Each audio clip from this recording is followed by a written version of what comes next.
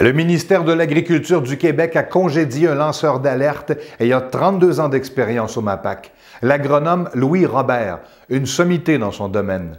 Le fonctionnaire au bureau de Saint-Hyacinthe avait même fait l'objet d'un reportage de l'émission La Semaine verte l'automne dernier. En 2017, le conseiller expert dans le secteur des grains avait osé dénoncer à l'interne l'ingérence du privé dans la recherche publique sur l'utilisation des pesticides. Insatisfait de l'écoute de ses supérieurs, il s'est tourné vers Radio-Canada. Le fonctionnaire avait alors partagé, en toute confidentialité, des documents accablants.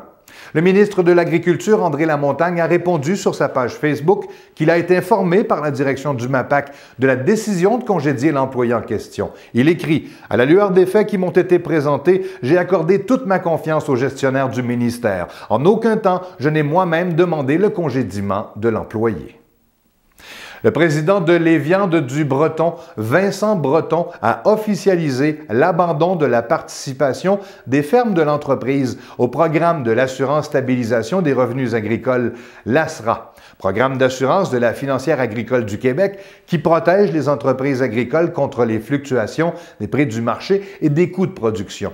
En 2015, Du Breton a pris l'engagement de produire 300 000 porcs supplémentaires élevés dans un environnement sans cage et sans antibiotiques dans ses installations du Québec. Déjà, Du Breton surpasse les normes du bien-être animal qui seront en vigueur au Canada en 2024. Les normes de qualification pour le programme ne conviennent plus au modèle d'agriculture de Du Breton, a conclu Vincent Breton.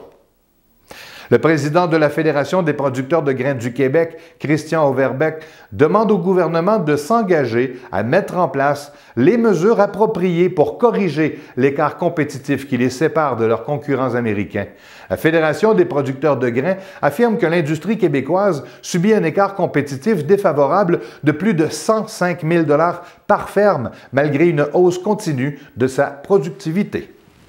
Le président de la République française, Emmanuel Macron, renonce à sa promesse d'interdire le glyphosate en 2021.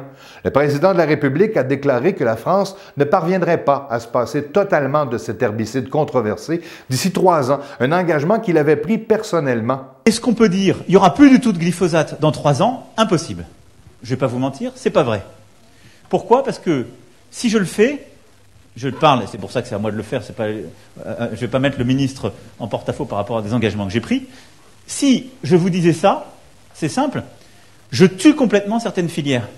C'est-à-dire qu'on va continuer à acheter du blé qui sera fait chez le voisin avec du Roundup ou pire, parce que c'est comme ça que ça marche et que vous ne voulez pas l'acheter trop cher. Et puis on aura, nous, dit à nos agriculteurs, toi, tu n'as plus le droit de l'utiliser, c'est fini. Simplement, comme il sera plus rentable, il sera mort. Le 11 janvier dernier, le Canada a reconnu le glyphosate non cancéreux à la satisfaction des producteurs de grains du Québec. Après un examen approfondi des scientifiques de Santé Canada, qui a reçu 8 avis d'opposition, on conclut que les questions soulevées par les opposants ne pouvaient pas être prouvées scientifiquement.